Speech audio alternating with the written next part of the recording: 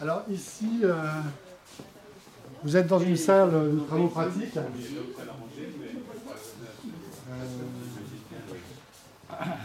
Donc c'est la salle de travaux pratiques dédiée à la pompe à chaleur. Alors vous avez principalement les pompes à chaleur. Certaines sont également hybrides, c'est-à-dire elles intègrent un générateur.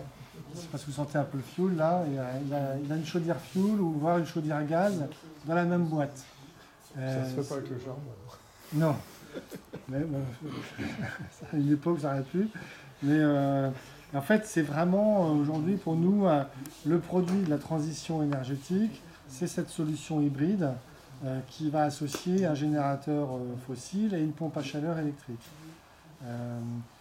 Pourquoi c'est très intéressant? C'est vous avez la possibilité comme ça d'utiliser l'énergie au moment et là où elle est la meilleure. C'est-à-dire que quand il va faire très froid dehors, vous pourrez avoir l'usage d'énergie fossile pour compenser la perte de performance de l'énergie électrique. Quand le réseau électrique va être tendu, parce qu'il y a une très forte demande lors des pointes, vous pouvez switcher sur réception d'un signal de distributeur ou de fournisseur d'électricité, vous pouvez switcher vers une autre énergie et donc détendre la tension sur le réseau. Et puis également d'un point de vue investissement, ce qui coûte cher en thermodynamique, c'est la puissance. Donc les pompes à chaleur de forte puissance, ça coûte cher. Et donc si vous associez à un générateur auxiliaire, ça vous permet de baisser la puissance de la pompe à chaleur et de réduire fortement le coût de l'investissement. Donc c'est un produit de transition, ça se pose beaucoup aujourd'hui en Italie, ça se développe beaucoup en Italie où l'électricité est très chère et rare. Ça commence en Angleterre. En Angleterre, les pouvoirs publics ont dit qu'en 2025, il n'y aurait plus de chaudière gaz dans le neuf. Et donc ils ont pris cette décision radicale, alors que c'est aujourd'hui le premier marché de la chaudière gaz en Europe. Ils ont pris une décision radicale, mais puis également en Hollande.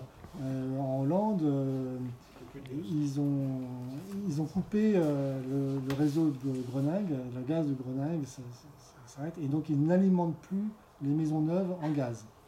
Donc maintenant, les solutions PAC se développent beaucoup, voire des solutions en add-on, ce qu'ils appellent add-on. Donc nous, on a intégré le générateur fuel ou gaz dans la pompe à chaleur, et une autre solution, c'est d'associer une pompe à chaleur à une chaudière existante. Donc on peut faire les deux combinaisons.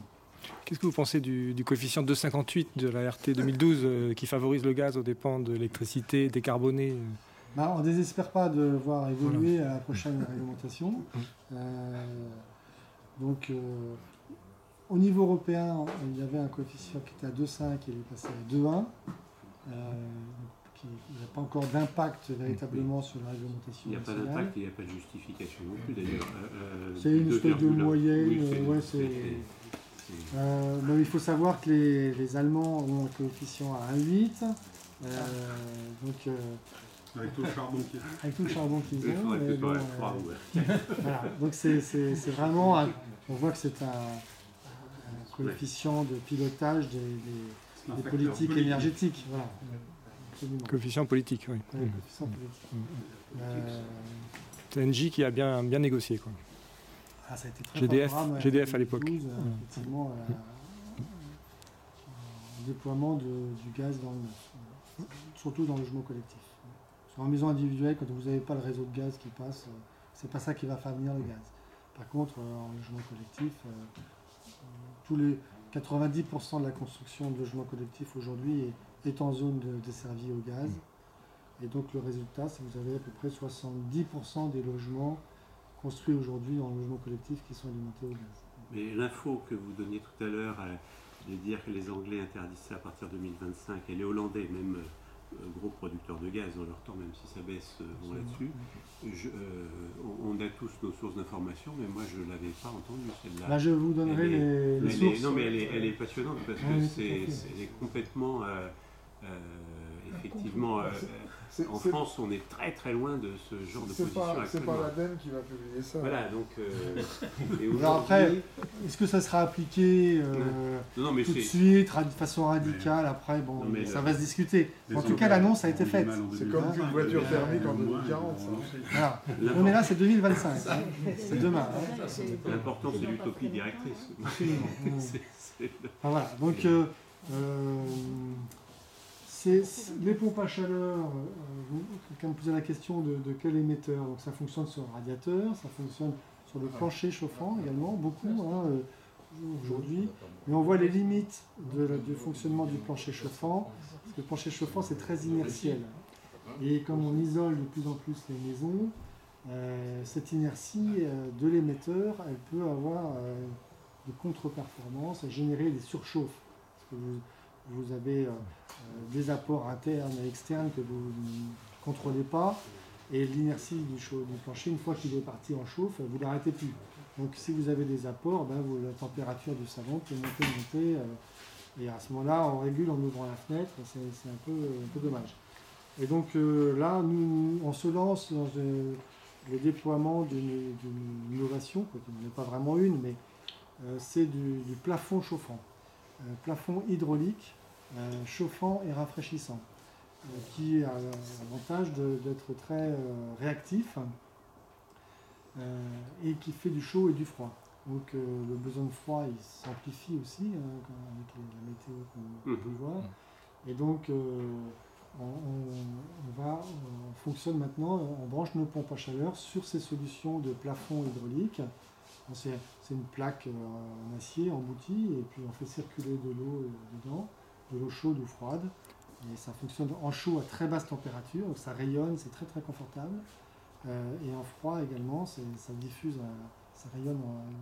Mais la chaleur elle monte, non Oui, mais elle monte quand c'est de la convection. Là c'est du rayonnement. Donc ça... Et ce qui vous intéresse, c'est l'absence de capacité calorifique finalement du matériau dans lequel vous êtes par rapport à un sol où il y a le carrelage, etc., avec les réactions que vous décriviez, et la difficulté de maîtriser... Absolument, voilà. C'est la réactivité de l'émetteur. Donc là, il n'y a plus de capacité calorifique, enfin, ou très peu sur la... Il n'y a plus de masse. Il n'y a plus de masse, il n'y a plus de masse. Ouais. Ça se met juste sous le placo. On vient visser le placo dessus. Donc vous avez 1 cm de place. Et c'est à travers le placo que ça chauffe. Ouais. Et ça permet d'intégrer tous les réseaux de distribution. Vous pouvez garder les spots, vous pouvez mettre tout ça. J'avais une question sur la problématique des gaz frigorigènes et de leur impact effet de serre, voire couche d'ozone pour les plus anciens, mais je crois que c'est à peu près réglé. En fait, si on développe beaucoup ça, par rapport à la masse de fluide frigorigène qui existe déjà dans nos frigos, dans nos voitures, dans les grandes clims de bâtiments, etc., est-ce qu'effectivement, on multiplie beaucoup la quantité de gaz séjournant dans une maison, ou finalement c'est un deuxième frigo, ou c'est 5 frigos Non, ça multiplie le gaz, par contre les gaz changent. Vous avez aujourd'hui au niveau européen une réglementation qui vise à l'extinction des gaz qu'on appelle HFC. Donc c'est un calendrier de réduction des droits à utiliser ce type de gaz jusqu'en 2025 à peu près. Donc on se prépare, les industriels se préparent et nous on est en train de changer de gaz. On utilise principalement du HFC, de l'R410 pour la clim et du 134A pour les chauffe-eau thermaux.